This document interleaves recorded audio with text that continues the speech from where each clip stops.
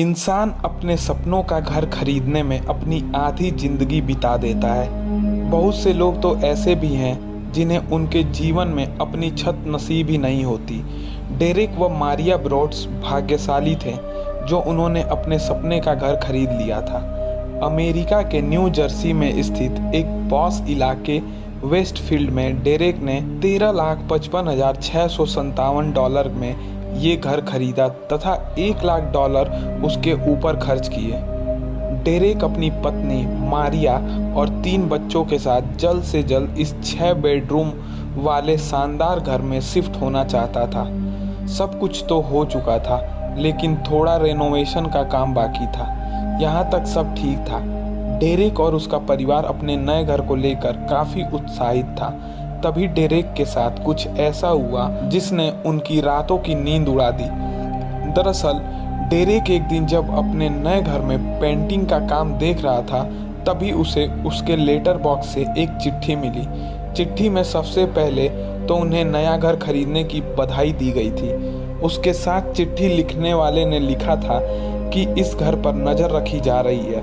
लिखने वाले का दावा था कि उसकी पुश्तें इस घर पर नज़र रखे हुए हैं। 1920 के दशक से उसके दादा ने इस घर पर नज़र रखी है। 1960 के बाद उसके पिता ने तथा अब वो इस घर पर नज़र रखे हैं। उसने डेरेक को ये भी लिखा था कि वे नहीं जानते कि इस घर की दीवारों में क्या राज दफन है। चिट्ठी लिखने वाले ने अपने नाम की जगह दी वॉचर लिखा था। चिट्ठी को लेकर डेरेक ने पुलिस में शिकायत भी की, लेकिन चिट्ठियों का सिलसिला नहीं रुका। अब तो डेरेक को चिट्ठियों में धमकी मिलने लगी थी। चिट्ठी लिखने वाला खुद को उनका पड़ोसी बताता था तथा उसे डेरेक और उसके परिवार से जुड़ी हर छोटी बड़ी जानकारी का पता था।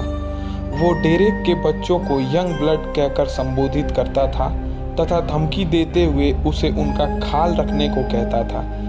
इन चिट्ठियों को लेकर काफ़ी छानबीन हुई, पड़ोसियों से पूछताछ की गई और तो और डेरेक ने उस वॉचर का पता लगाने के लिए एक एक्स FBI ऑफिसर को प्राइवेट जासूस के तौर पर भी रखा, लेकिन इन सब से कुछ फ़ायदा न हुआ। अंत में हार कर डेरेक को ये घर घाटे में बेचना पड़ा।